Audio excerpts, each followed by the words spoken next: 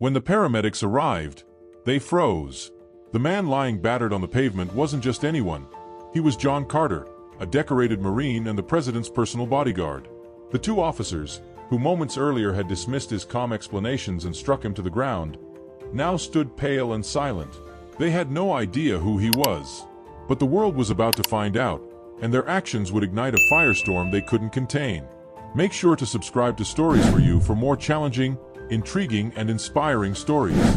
John Carter gripped the steering wheel, his eyes scanning the quiet streets of his hometown. The once bustling suburban neighborhood now felt eerily still, the streetlights casting long shadows over the empty sidewalks. He'd come back for a rare weekend off to surprise his younger sister Leah for her birthday. It was a chance to reconnect with family, a welcome reprieve from the constant demands of guarding the most powerful man in the world. The dashboard clock read 11:47 p.m. John adjusted his rearview mirror, catching a glimpse of his sharp suit and crisp white shirt. He hadn't bothered changing after leaving a formal engagement at the White House. Despite the long drive, he looked as composed as ever. The sound of a siren pierced the air, and flashing red and blue lights filled his rearview mirror. John frowned. He wasn't speeding, and his registration was up to date. He eased his car to the curb, pulling out his wallet to retrieve his license. A voice crackled through the loudspeaker. "Turn off your engine and keep your hands on the wheel." John complied, watching as two officers approached his car, their flashlights cutting through the darkness. The lead officer, a burly man with a shaved head, rapped on the driver's side window. "License and registration," the officer barked. John handed over the documents without a word. "Step out of the vehicle," the officer ordered abruptly. John's brow furrowed. "Is there a problem, officer?"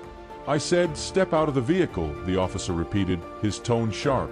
John hesitated. He knew his rights, but he also knew how quickly situations like this could escalate. Slowly, he opened the door and stepped out, his hands visible.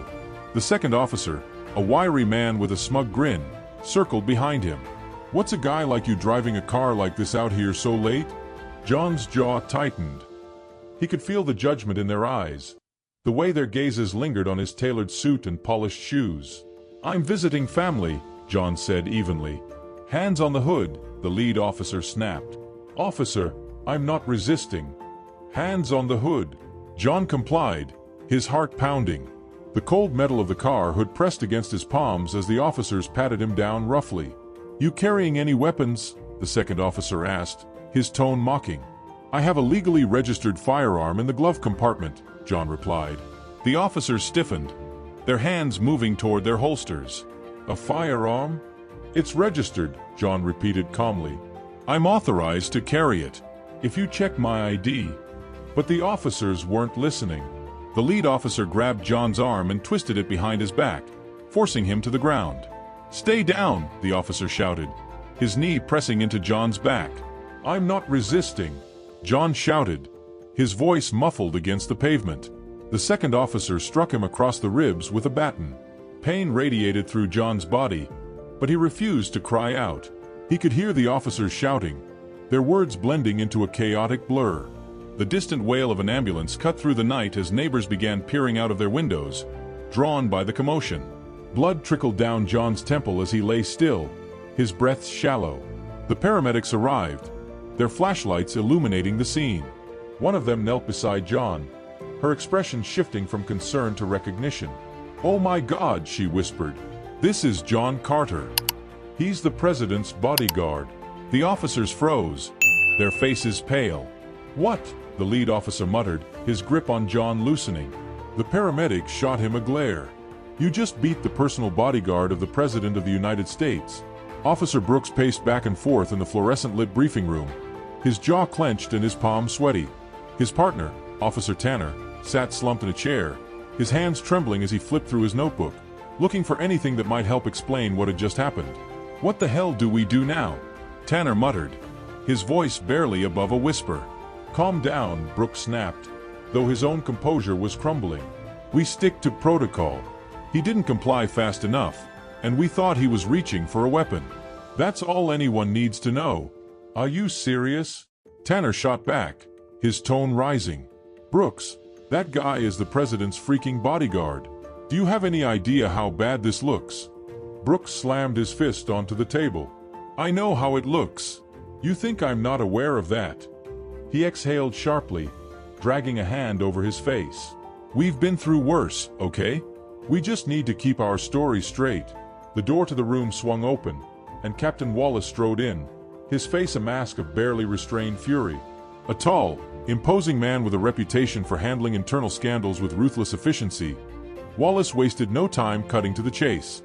What the hell were you two thinking? Wallace growled, his voice reverberating through the room. Brooks straightened, trying to maintain a facade of confidence.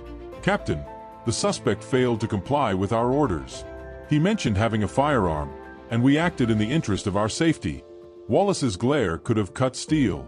The suspect is a decorated Marine and the President's personal bodyguard. He wasn't a threat, and you both know it.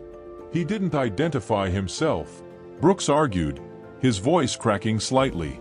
Wallace raised an eyebrow. Did you give him a chance? Or did you escalate the situation before he could get a word in? Tanner, still seated, shook his head. We didn't know who he was.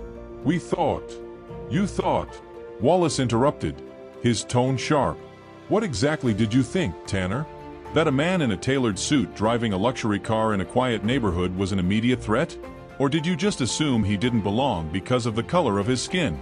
Tanner opened his mouth to reply but faltered under Wallace's glare.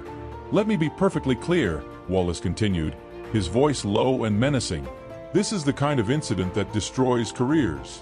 Both of you are facing serious consequences if this goes public. And guess what? It's already public.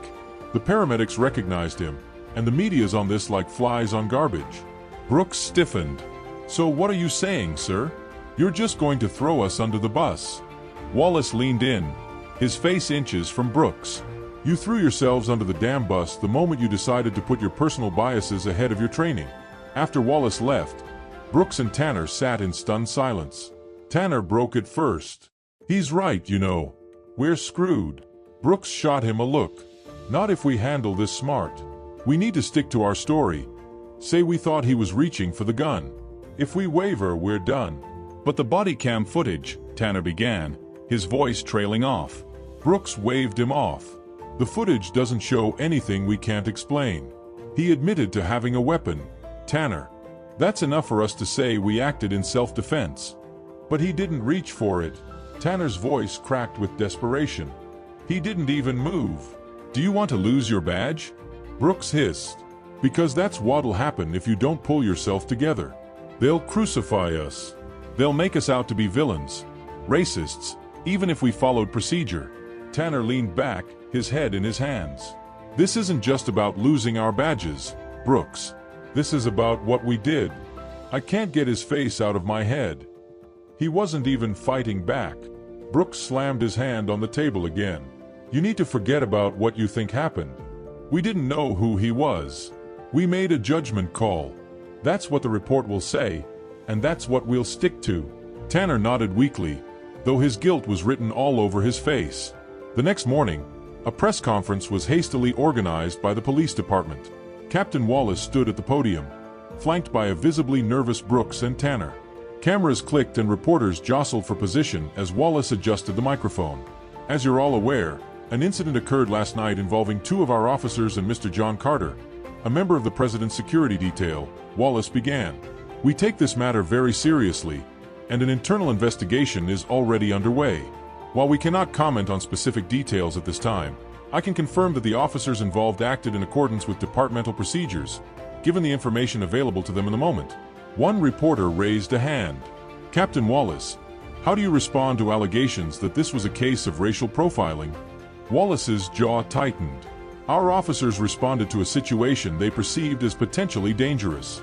Mr. Carter disclosed the presence of a firearm, and the officers acted to ensure their safety and the safety of others.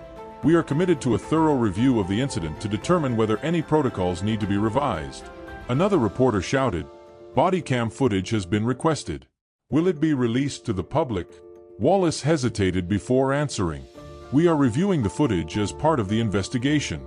Transparency is a priority for this department, and we will release the footage once the investigation is complete. As the questions continued, Brooks and Tanner stood stiffly, their faces a mix of defiance and unease. Behind the scenes, however, the officers were already being scrutinized. Complaints of excessive force and prior incidents of racial bias had surfaced, painting a damning picture of their track record. Later that evening, Tanner sat alone in his apartment, nursing a drink and replaying the incident over and over in his mind. The way John had looked at him, not with anger, but with quiet disbelief, haunted him. He picked up his phone and dialed Brooks. "What is it?" Brooks answered gruffly. "I don't think I can do this," Tanner admitted, his voice shaking. "I can't lie, Brooks. That guy wasn't a threat. We messed up." Brooks' voice hardened. "You need to get a grip.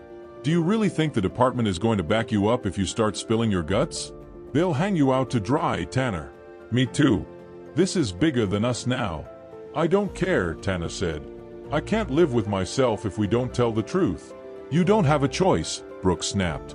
"You think Carter's people won't bury us if we give them an opening?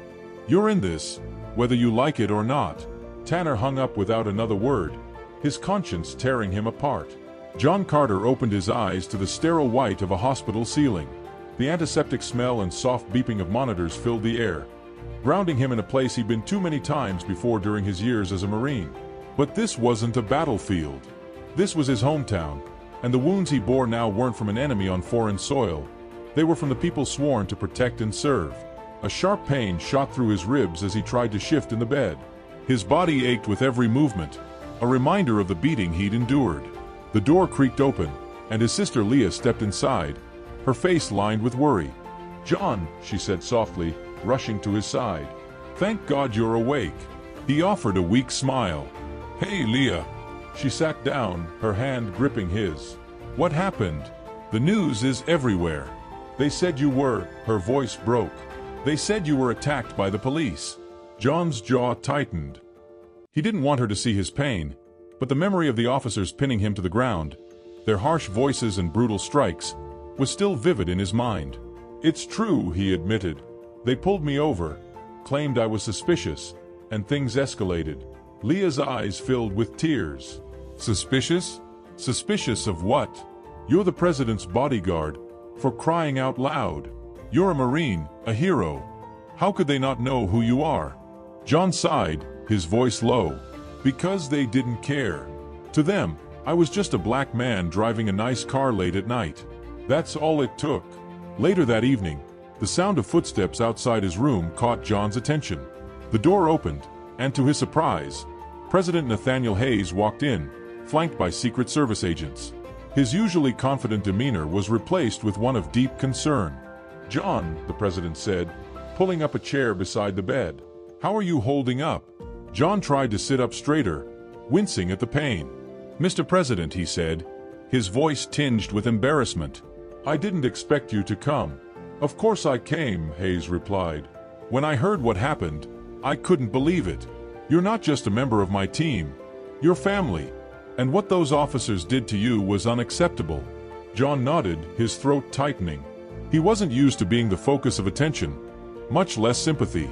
"I'm going to make a statement," Hayes continued, his tone resolute. "The world needs to know that this kind of behavior won't be tolerated. Not against you, not against anyone." John hesitated. "With all due respect, sir, I'm not sure I want to become the face of this. I've spent my whole life trying to prove myself through my actions, not my identity. I don't want this to define me." Hayes leaned forward, his expression serious. "I understand that, John. But this isn't just about you. This is about a system that's broken, a system that allows men like those officers to see you as a threat instead of a protector. If we don't shine a light on this, nothing will change." John looked away, his mind racing. He'd spent years working behind the scenes, protecting others from danger. Now he was the one in the spotlight, and the weight of it was suffocating. That night, sleep didn't come easily. Every time John closed his eyes, the memories surged back. The flashing lights, the rough hands shoving him to the ground, the searing pain in his ribs. He remembered their voices, the way they'd barked orders at him as if he were an animal, not a human being. No matter how calm he tried to remain, it hadn't mattered. In the darkness of the hospital room, John clenched his fists. He'd faced enemies in war zones, stared down insurgents armed to the teeth, and survived missions that seemed impossible. Yet here, in the country he'd fought to protect, he had been brought to his knees by the very people tasked with upholding the law. A knock at the door broke through his thoughts. It was Dr. Patel, his attending physician, clipboard in hand. "How are you feeling tonight, Mr. Carter?" she asked, her voice kind. "I've been better," John replied. Dr. Patel nodded sympathetically. "Physically, you'll heal with time. The bruised ribs and concussion will need a few weeks. But emotionally, that's often the harder part." John looked at her, surprised. "I see it more than I should," she continued, sitting at the foot of his bed. "Men and women, strong as steel on the outside, but carrying wounds no one can see. Don't be afraid to talk to someone about what you're feeling."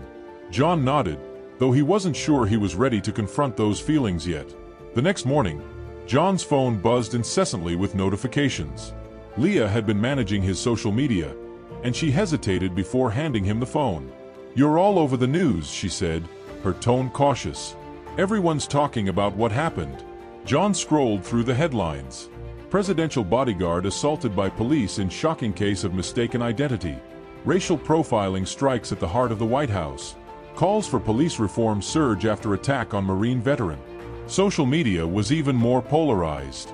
Activists demanded justice, using hashtags like #JusticeForJohn and #EndRacial Profiling, while others accused him of playing the victim or questioned the legitimacy of the reports. John put the phone down, his head throbbing. He wasn't sure how to process the overwhelming attention. Leah placed a hand on his shoulder. "People are angry, John. They're standing up for you. But what does it change?" John asked quietly. "One more story in a sea of headlines. How does this fix anything?" Leah's expression hardened. "It starts with you. You've always led by example, John. Maybe this is your chance to lead in a different way." John didn't respond, but her words stayed with him. John spent the next several days wrestling with an inner turmoil that seemed to grow louder with each passing hour. The physical pain in his ribs was a dull ache compared to the storm raging in his mind. He wanted to retreat to the quiet professionalism he'd always relied on, to protect and serve in silence, to let others fight the battles he didn't want to make his own. But silence had its own weight, and the world outside his hospital room wasn't staying quiet. The president's statement had gone viral, sparking debates across cable news networks and online forums. Protests had erupted in major cities, with people demanding accountability not just for the officers who assaulted him but for the countless other victims of systemic bias. The story had become more than just about him. It was a flashpoint in the national conversation about race, power, and policing. One afternoon, Leah brought him a visitor. An older man with graying hair and a quiet intensity in his eyes entered the room. John recognized him immediately. Benjamin Hale, a prominent civil rights attorney known for taking on high-profile cases. "Mr. Carter," Hale began, shaking his hand firmly. "I'm sorry to meet you under these circumstances. I wanted to come personally to talk about what's next." John sat up slowly, wincing at the effort. "I don't know if I'm ready for what's next." Hale pulled up a chair, his voice steady and empathetic. "That's understandable. What happened to you was horrific.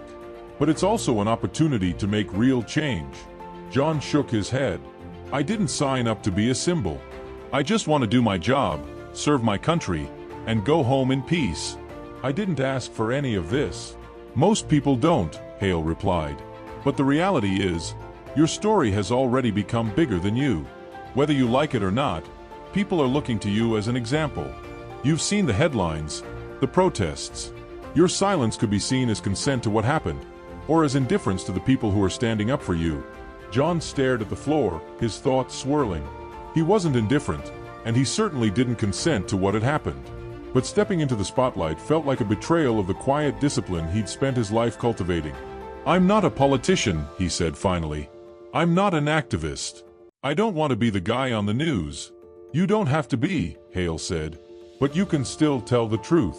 You can let people hear what happened in your own words, so they understand the humanity behind the headlines. That's how change starts." A week later, John found himself sitting in front of a row of microphones at a press conference organized by Hale's legal team. Leah sat beside him, her presence a steadying force. The room was packed with reporters, their cameras and notepads poised to capture every word. John adjusted the microphone, his voice low but clear. "Good afternoon. My name is John Carter. I'm a Marine veteran, and I currently serve as a member of the President's security detail. The room went silent as he continued.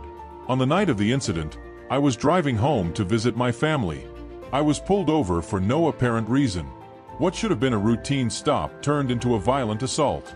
Despite identifying myself and cooperating fully, I was treated like a criminal.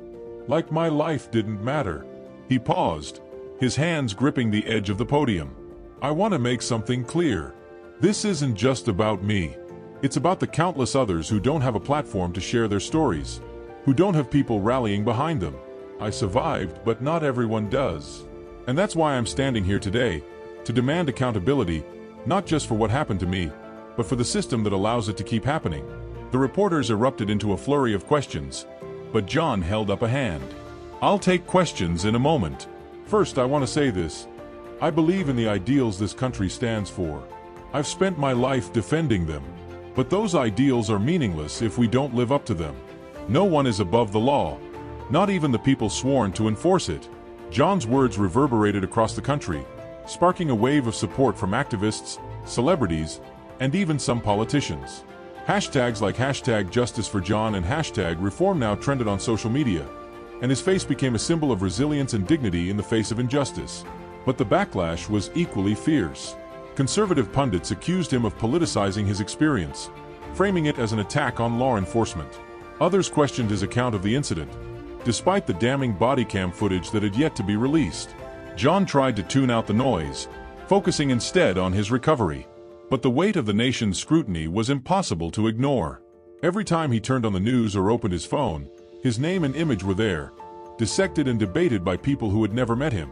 Leah, ever his protector, shielded him from the worst of it, intercepting hateful messages and filtering through requests for interviews. "You don't owe anyone anything," she reminded him one night. "You've done more than enough." But John wasn't sure he believed that. The words he'd spoken at the press conference had opened a door, and walking through it felt like a responsibility he couldn't ignore. Meanwhile, the legal case against officers Brooks and Tanner moved forward, with Hale leading the charge. The body cam footage, once released, confirmed everything John had said. It showed him calmly complying with the officers' orders, even as they escalated the situation unnecessarily. The video ended with a brutal takedown, John's pained voice shouting, "I'm not resisting," as Brooks struck him with a baton. Public outrage reached a boiling point. Protests grew larger, and the calls for police reform became deafening. But within law enforcement circles, the backlash was equally intense. Police unions rallied around Brooks and Tanner, framing them as scapegoats in a politically charged environment. John remained hesitant about his role in the trial. He didn't relish the idea of sitting in a courtroom, reliving the worst night of his life while being cross-examined by defense attorneys who would undoubtedly try to paint him as the aggressor. But Hale convinced him that his testimony could make all the difference. "This is your chance to speak the truth," Hale said during a meeting at his office. "Not just for yourself, but for everyone who's been in your position." John nodded, the weight of Hale's words settling heavily on his shoulders. He had always been a man of action, not words. But now, his words might be the most powerful weapon he had. The assault on John Carter and the subsequent release of the body cam footage ignited a firestorm of activism across the country. Protests sprang up in major cities, drawing crowds that chanted slogans like "No Justice, No Peace," and "Justice for John Carter." Marches in Washington, D.C., and New York City drew tens of thousands, their energy crackling with urgency. Social media became a battleground. Hashtags like #JusticeForJohn and #EndPoliceBias trended daily, while viral videos of activists and influencers dissecting the case reached millions of views.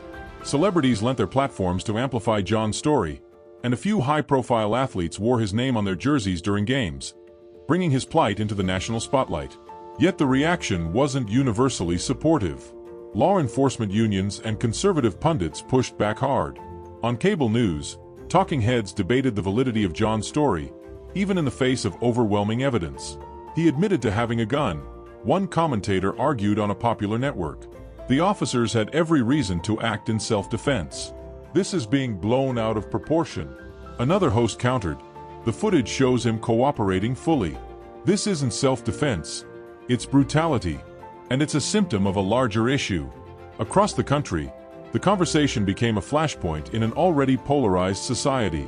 In cities like Atlanta, Los Angeles, and Chicago, protests turned into organized movements demanding policy changes. Activist groups released lists of demands, including mandatory bias training for officers, the establishment of independent review boards for excessive force cases, and greater accountability through transparent reporting of police misconduct. In Washington, D.C., members of Congress introduced a sweeping police reform bill named the Carter Act.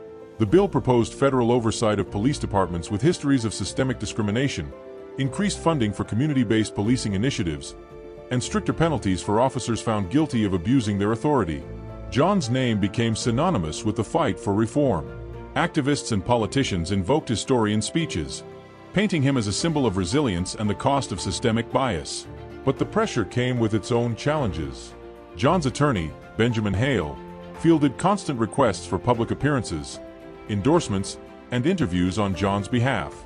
John doesn't want to be a spokesperson, Hale told one persistent reporter. He wants to focus on his recovery and let the legal process play out. The incident also sparked difficult but necessary conversations in communities across the country. In schools, teachers used John's story as a teaching moment, encouraging students to discuss the intersection of race, privilege, and law enforcement.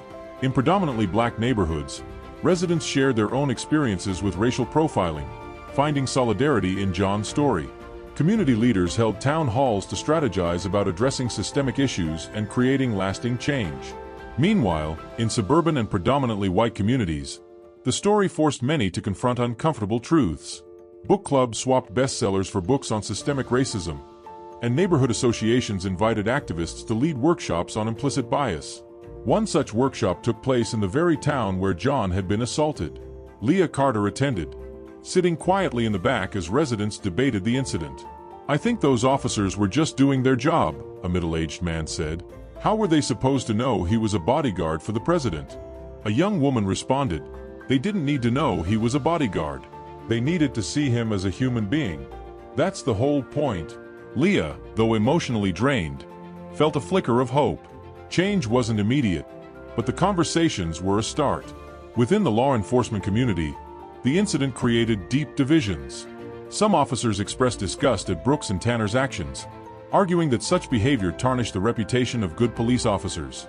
"It's not just about what they did to John Carter," said one officer in a viral interview. "It's about what their actions say to every black person in this country, that their lives are worth less. That's not why I put on this uniform." But others doubled down in defense of Brooks and Tanner. Police unions held press conferences calling for their acquittal, claiming the two officers were being unfairly targeted in a politically charged atmosphere. "These officers are being scapegoated," one union representative said. "They followed their training and acted to ensure their safety in a potentially dangerous situation." The public reaction to such statements was swift and scathing. Protesters gathered outside police precincts, holding signs that read, "Training isn't the problem. Bias is, and accountability for all." Despite his initial hesitation, John found himself drawn into the movement his story had sparked. Though he refused most media appearances, he agreed to speak privately with community leaders and activists who wanted his perspective. During one such meeting in D.C., he addressed a group of young activists. "I didn't ask for this fight," he told them, "but that doesn't mean I'm walking away from it. What happened to me shouldn't happen to anyone. And if telling my story helps make that a reality, I'll do it." John also worked quietly behind the scenes, advising lawmakers on provisions in the Carter Act and meeting with police reform advocates to discuss practical steps for change. "I'm not interested in performative gestures," he told a senator during a meeting. "I want to see policies that make a real difference. Policies that make sure officers like Brooks and Tanner can't hide behind a badge." As John's story gained international attention, it sparked solidarity movements in other countries grappling with their own issues of police violence and systemic racism. Protests erupted in London, Paris, and Johannesburg, with demonstrators chanting, "Justice for John, justice for all." In Canada, a news anchor drew comparisons between John's experience and the struggles of indigenous communities who had long faced disproportionate violence at the hands of law enforcement. In Brazil, activists invoked John's name in protests against police brutality in favelas. The incident had become more than a domestic issue. It was a global rallying cry for change. Months later, the trial of Brooks and Tanner concluded with a guilty verdict, but the impact of John's story extended far beyond the courtroom. The Carter Act passed in Congress, marking the most significant police reform legislation in decades. In communities across the U.S., pilot programs for community-based policing began to show promise, and independent oversight committees held officers accountable in ways that hadn't existed before. For John, the changes were bittersweet. He knew the fight was far from over, but seeing the seeds of progress planted because of his experience gave him a sense of purpose he hadn't expected. As he returned to his duties protecting the president, John carried with him the weight of what had happened, not as a burden, but as a reminder of what he stood for. The courtroom was packed on the first day of the trial, a mix of reporters, activists, and curious citizens filling every available seat. The high-profile case had captured the nation's attention, with many seeing it as a test of the justice system's ability, or failure, to hold law enforcement accountable. John Carter entered through a side door, accompanied by his attorney, Benjamin Hale. His presence immediately shifted the room's energy. Dressed in a tailored navy suit, his posture straight despite lingering injuries, John exuded calm strength. But beneath the surface, his nerves churned. At the defense table sat officers Brooks and Tanner, their faces carefully blank as their attorneys whispered to them. Their legal team, led by the sharp-tongued Richard Delaney, was well known for defending officers in excessive force cases. "All rise," the bailiff called as the judge entered. Judge Evelyn Monroe, a no-nonsense figure with decades on the bench, surveyed the courtroom before nodding for everyone to be seated. "This court is now in session," she announced. The state of Maryland versus officers Brooks and Tanner on charges of assault and misconduct in public office. The trial had officially begun. Benjamin Hale wasted no time setting the tone. Standing before the jury, he began his opening argument with quiet intensity. "Ladies and gentlemen, this case is about more than a single act of violence. It's about the abuse of power and the failure of those entrusted to uphold the law to see the humanity in the people they are sworn to protect." He walked toward the jury box, locking eyes with each juror.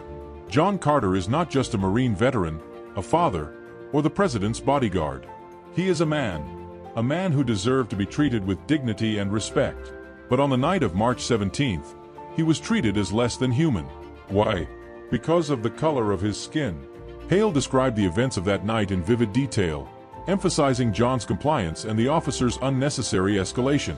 The body cam footage will show you the truth. It will show you how these officers, instead of de-escalating, used force against a man who posed no threat. He ended his argument with a simple but powerful statement. The evidence will speak for itself, and it will demand accountability. Richard Delaney rose next, his demeanor cool and commanding. He strode to the center of the courtroom, his voice smooth as silk. "This case, like many in the current climate, is charged with emotion," he began. "And while we sympathize with Mr. Carter's injuries, we must separate emotion from fact."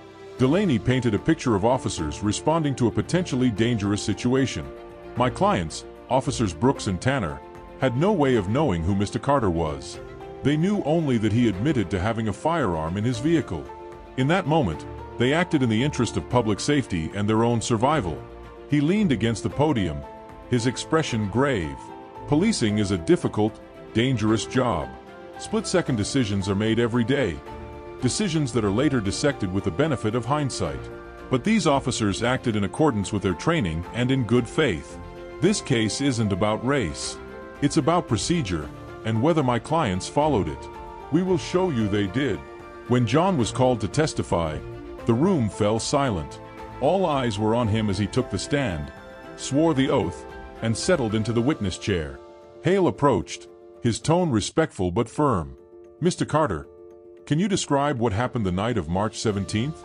John recounted the events calmly, though his voice wavered at times. "I was driving to visit my sister. I wasn't speeding. I wasn't breaking any laws. But when the officers pulled me over, their tone was hostile from the start. They didn't treat me like a citizen. They treated me like a suspect." Hale nodded. "What happened after you stepped out of the car?" John hesitated, his hands gripping the edges of the chair. "I told them I had a legally registered firearm in the glove compartment. I thought it was the responsible thing to do. But instead of acknowledging that, they forced me onto the ground. One of them hit me, hard. I wasn't resisting, but they kept shouting like I was." Hale's voice softened. "How did that make you feel?" John took a deep breath. "Humiliated. Like I didn't matter. Like nothing I'd done, serving my country, protecting the president, meant anything in that moment. Delaney approached the stand with a predatory gleam in his eye. "Mr. Carter, you've mentioned that you disclosed the presence of a firearm. Isn't it true that such a disclosure could reasonably put officers on edge?" John met his gaze evenly. "I disclosed it because I wanted to avoid misunderstandings. I thought it was the responsible thing to do." Delaney pressed on. "But you can't speak to what the officers perceived, can you? You can't know if they felt threatened." "They shouldn't have," John replied firmly. "I wasn't doing anything threatening." Delaney shifted tactics. "You're a highly trained bodyguard, Mr. Carter. Isn't it possible that your physical presence, your size and demeanor, could have been misinterpreted as a threat?" John's jaw tightened.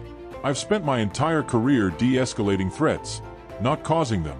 The only thing they saw as a threat that night was the color of my skin." A murmur rippled through the courtroom.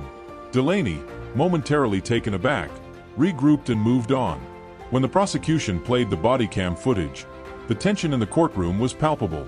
The grainy video showed the officers barking orders, their voices sharp and condescending. It showed John complying, his hands visible and his tone calm. The footage captured the moment Brooks forced John to the ground, his knee pressing into his back. It showed Tanner striking John with a baton, even as John repeatedly said, "I'm not resisting." The room was silent as the footage ended. The jurors exchanged glances, their expressions grim. Hale turned to the jury. "This is what my client endured. This is the reality of what happens when power is abused." In his closing argument, Hale appealed to the jurors' sense of justice. "This case isn't just about what happened to John Carter. It's about what kind of society we want to live in. A society where power is wielded responsibly, or one where it's abused without consequence." Delaney, in contrast, focused on doubt. "If there is any question in your mind about whether these officers acted in good faith, then you must find them not guilty. Policing is not perfect, but it is necessary. These men were doing their jobs under difficult circumstances." After 3 days of deliberation, the jury returned with a verdict: guilty on all charges. Gasps and cheers erupted in the courtroom, though John remained stoic. The verdict was a step toward justice, but it didn't erase what had happened. The trial's conclusion reignited the national conversation about police accountability. For John, the verdict wasn't just a personal victory, it was a testament to the power of truth in the face of injustice. He knew the road to systemic change was long, but he was ready to walk it. The courtroom was behind him, but the weight of the trial lingered as John Carter tried to move forward. The verdict, while a step toward justice, had opened wounds he wasn't sure how to close. His physical injuries had mostly healed, but the emotional scars, the humiliation, the anger, and the questions about his place in a society that saw him as a threat were harder to address. He returned to work at the White House with a mix of relief and apprehension. Walking the marbled halls of power, wearing his tailored suit and earpiece, he felt a semblance of normalcy. But every glance from a colleague carried a question, unspoken but felt. "Are you okay?" The president, as always, treated him with respect and kindness. But even that was different now. President Hayes often stopped to ask how John was holding up, his tone heavy with concern. It was well-intentioned, but it reminded John of how far his life had shifted from the quiet professionalism he once took for granted. Back home, Leah tried to coax John out of his shell. One evening, she cooked his favorite meal, fried chicken, collard greens, and cornbread, and invited a few of their closest family members. "You can't keep bottling this up, John," Leah said as she set a plate in front of him. "We're here for you. Let us be here for you." Their father, a retired police officer who had watched the trial unfold with quiet anguish, nodded. "Your sister's right, son. This family's been through too much to let silence keep us apart." John hesitated, then spoke. "It's just hard. I've spent my whole life proving that I belong in rooms people didn't think I deserved to be in. And now, after all that, I'm still just another black man who's seen as a threat." His father leaned forward, his voice steady. "What those officers did to you was wrong. There's no question about that. But John, you're more than their mistake. You've got the chance to make something out of this, to push for the kind of change I only dreamed of when I wore the badge." The words hit home. For the first time in weeks, John felt a flicker of hope. John decided to focus his energy on solutions rather than dwelling on the past. Partnering with Benjamin Hale and several activist organizations, he began quietly advocating for police reform. He attended meetings with lawmakers, sat in on community panels, and even spoke to police recruits about the importance of empathy and de-escalation. During one such panel in Baltimore, he shared his story with a group of young cadets. Wearing a badge is a privilege, not just a job, he told them. It gives you power, but it also gives you responsibility. The people you encounter every day aren't your enemies. They're your neighbors, your friends, your fellow citizens. If you treat them like threats, you'll lose the trust that makes real policing possible. Afterward, a young black recruit approached him, his face earnest. "Thank you, Mr. Carter. I joined the academy because I wanted to change the system from the inside. Hearing your story reminds me why that's important." John smiled. "Stay true to that. It won't always be easy, but it's worth it." Back in his hometown, John worked with Leah to start a community organization aimed at bridging the gap between law enforcement and the residents they served. Named Bridging the Divide, the program hosted workshops, mentorship programs, and open forums where officers and citizens could engage in honest dialogue. The first event was tense. Residents shared stories of profiling and harassment, while officers struggled to defend their actions without sounding defensive. But by the end of the evening, a small but significant shift had occurred. People were listening to each other. Leah beamed as she watched her brother lead a discussion. "This is just the beginning," she whispered to him afterward. John nodded. For the first time in a long time, he felt like he was doing something that mattered, not just to him but to everyone around him. As Bridging the Divide gained traction, John found himself invited to larger platforms. He testified before Congress about the importance of community-based policing and joined advisory boards for organizations working on criminal justice reform. But he was careful to avoid the spotlight. "This isn't about me," he told Hale during a phone call. "It's about making sure what happened to me doesn't happen to anyone else." Hale agreed. "But your voice carries weight, John. Don't underestimate the impact you're having." John's influence began to ripple outward. Lawmakers cited his testimony during debates, and activists used his story to galvanize support for new legislation. But for John, the most rewarding moments came in the quiet victories. A community program that reduced tensions in a high-crime neighborhood, a young officer who chose empathy over aggression, a family that felt safe in their own city for the first time in years. Late one night, John sat alone in his apartment, looking through a scrapbook Leah had given him. It was filled with photos from his Marine days, his time on the President's security detail, and recent clippings about his work with Bridging the Divide. For the first time, he allowed himself to feel proud, not just of his resilience, but of the change he was helping to create. The world hadn't changed overnight. Racism and bias still existed, and the fight for justice was far from over. But John had found a way to turn his pain into purpose, to use his experience to pave the way for a better future. He closed the scrapbook, a quiet determination settling over him. His journey wasn't over, not by a long shot, but he was ready for whatever came next. Years later, Bridging the Divide had expanded to dozens of cities, its programs credited with reducing excessive force incidents and improving relationships between police and communities. The Carter Act, now a cornerstone of criminal justice reform, bore John's name as a testament to his courage and perseverance. At a ribbon-cutting ceremony for a new community center named in his honor, John stood beside Leah, watching as children played and families mingled with police officers who had once been strangers. Leah nudged him. "See what you've done?" John smiled. "We've done it, Leah. Together." As he looked out at the crowd, John felt a sense of peace. The journey had been painful, but it had also been worth it. He had turned a moment of injustice into a movement for change, and in doing so, he had found his place in the world.